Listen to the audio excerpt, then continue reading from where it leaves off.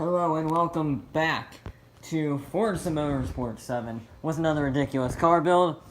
Here we have the Chevy El Camino. After all, it was Woodward Cruise last week, and of course I had to do a classic muscle car, so I went with a Ute. The only American Ute besides the Ranchero, which we don't have in this game unfortunately. But we can go with the 6.2 liter V8 or the NASCAR engine. We haven't used the NASCAR engine, but that gets more power. And is lighter, so we're gonna go with that. I know I will use it at some point, however, it would just seem wrong to turbocharge it. That's just not how American cars work. We gotta supercharge it. Come on here, people. We gotta be sensible here. And yes, we have to put the silly arrow on. We had to put the wing on the rear tail, on the rear trunk. And that is actually appropriate. Oh, but it gets rid of the stripes. I like the stripes. Oh, well. Okay. Well, I mean, and we do have a supercharger on it, and it saves weight, so we gotta go with it. Now, I think this car can do rather well because of the tire sizes. We get 275s on the front, that's nice and big size tires, but the real surprise is the 3 4.5s. On the rear. Those are massive tires. And since they're racing tires, we should actually get a large amount of grip. Now my main concern with this vehicle is since it's a Ute, which has basically a pickup truck bed on the back, it won't have any weight on the rear. You see the weight distribution is, I guess it's better than normal. 58% on the, it's 40... Yes, 42.58. So, it might get a lot more wheel spin than normal, because it has very little weight over the rear end compared to the front end. However, I don't know. I know the Ford Lightning, which is a similar version of this right now, supercharged pickup truck, rear-wheel drive, was slidey as all get out. So I'm hoping it's not the same. We do weigh 3,000 pounds. That's not too shabby for a classic muscle car. That's not too shabby at all with their steel frames and steel wheels and all that stuff that's not exactly designed to be fast. I don't think we'll quite keep it below 3,000 pounds, but we'll get pretty close. Or to 730 horsepower. How much? We can get, what, 1,050 from this engine? Not quite. I don't know what it's like for the supercharger. I know turbocharger is 63. I'm hoping this is similar. We're gonna get... Will the supercharger save us any weight? No, but it adds 170 horsepower. We may just get over 1,000 horsepower. We will just get over 1,000 horsepower and keep it just above 3,000 pounds. 1,005 horsepower, 3,000 pounds. That's not too shabby, and with the massive tires, I think this will actually stand a pretty decent shot of getting close to that Chaparral. Alright, this El Camino here has to beat a 1:26 set by the Chaparral 2E, and I'm hoping to break the 133s on this one. Hoping to go faster than that Lotus 11, that very surprisingly good Lotus, which has a similar power to weight ratio. Actually no, this is probably half as good as the power to weight ratio, but I'm hoping it has more control. I was doing the math in my head about the power to weight ratio with Lotus, and it's much better than this. I think that had 1.5 pounds per horsepower, around there. This has 3 pounds per horsepower. But it's heavier, so it can have more traction and more control. Maybe be a little slower through the corners, but not by much. And the massive tires, which are good 3, almost 4 times bigger than the Lodi tires. Ooh, understeer. There's a fair bit of understeer as he drifts through the sand. I mean, this is second gear, flat out on the sand, and we just got to full throttle. It had a bit of wheel spin, but we managed to have very good traction with this car. Now you can't be a complete moron, it will still spin the wheels up if you try and be a moron like there. Because once wheels start spinning, they're going to stop spinning. So, yeah, you can spin the wheels in fourth gear if you're really trying to, but of course you don't want to because it slows you down. There you go, you see there's full throttle in second gear. You just gotta get it right. Now, let's just have a bit of understeer, so... Not too shabby over the crust though, not too shabby. The brakes leave a little bit to be desired, I will be perfectly honest. Ooh. Yeah, I would like a little bit more braking and a little bit more turning. It does get a bit of understeer, not the worst I've ever driven in terms of understeer, I don't think. But it is up there. And the brakes aren't the greatest, but they're not the worst either. I think the worst still has to go to the Transit. There's a reason it only did a 137, because it sucks. There we go, much better. We don't go off the track, we don't cause any problems. There we get nice on the brakes a little bit earlier just to make the corkscrew a bit easier as I get more understeer. Ah, that's not gonna help. This will be a faster lap by the sheer default of the not going off the track part. That's always a plus for getting decent laps and not falling off the track, but a good exit on that corner. Good apex, I should say. Oh, we're not quite in the 133s, we're in the 134s, and that was a very good lap. Oh, carried a lot of speed. Carried a lot of speed in there.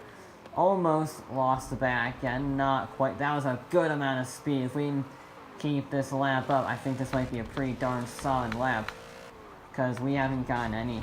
Yeah, that was extremely close. I thought I had the wheels on the sand and I was done for there. But we are 0.3 of a second up. We need to be a bit more up than that. We really need to be a bit more up than that. Admittedly, this is an S-Class car. Some of these cars we're facing are an R-Class. So, not too bad for an S-Class car, all things considered.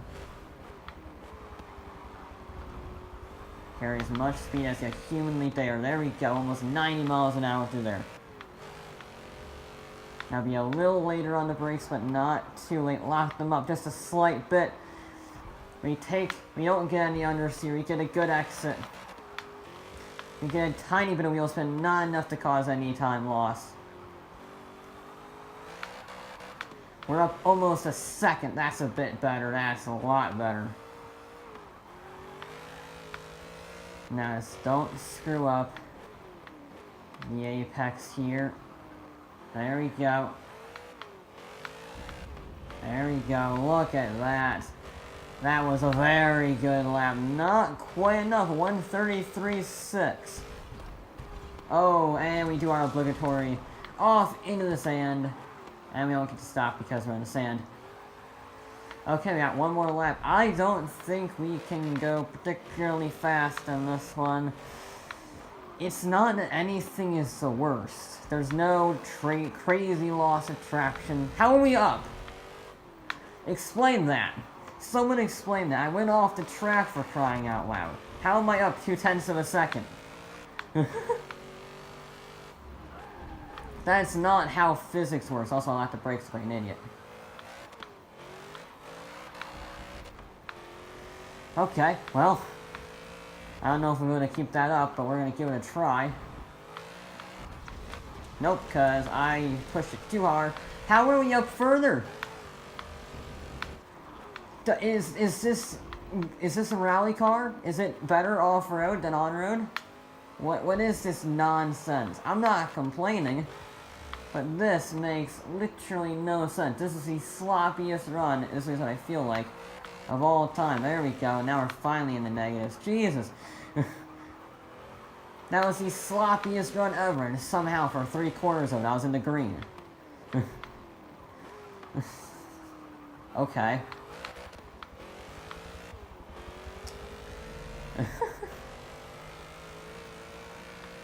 We're still in the green. Not by much, but by a little bit.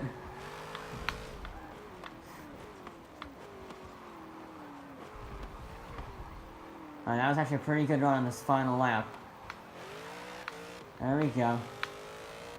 Let's actually not have an atrocious lap. How about that, huh? How about that? Let's not go all over the place like an idiot. Of course, having it nice and clean somehow makes me slower. This is very confusing. I am confused. Deeply confused by this. Because my bad lap was very fast until the end, and actually was somewhat faster. And this lap, which is cleaner, is nowhere near as fast. Okay.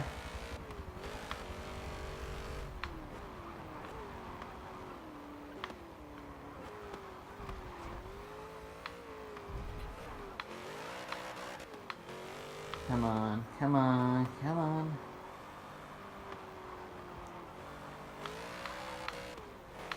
Now, real quick, we are actually up 0.34. These are some pretty good ending corners. Pretty good ending corners, indeed. Good trashing, gun the power. Just to the line, just to the line. Come on, break the 133s. Oh, we were so close. 133.2. Ah. Darn it, we were so close. That was pretty solid, I will say that much. Yeah, that will put it pretty far close to the top. I don't think it's quite as fast as Lotus, but it's not that far off. So, will the boxy wedge truck do any good in a straight line?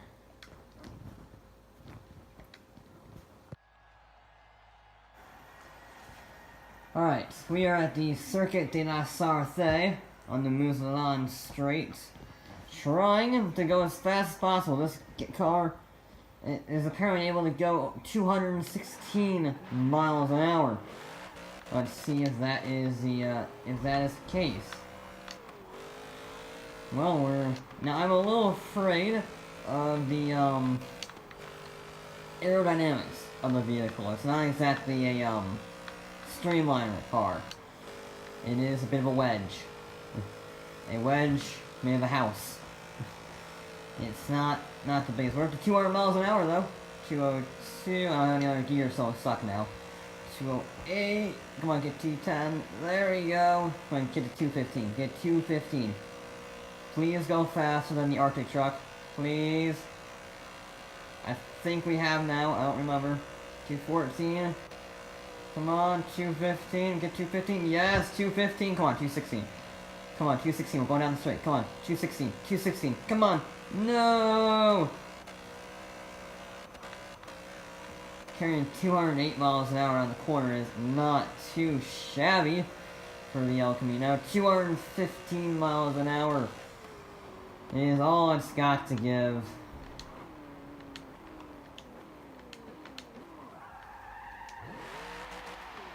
That's disappointing. I say it's disappointing. It is only 1 mile an hour off, but still. And it was probably almost at 216. Then we hit the bumps and, well, then we're done. So let's make ourselves a nice little smoke machine with the new added smoke feature from the drifting update. It is very cool. You can make like a full-on smoke circle. Yeah, it's fun. So, yeah, not too shabby from the old El Camino. And it's pretty darn good at doing burnouts. But that's where I'm going to leave it. That's me for this episode. I'll be back with more.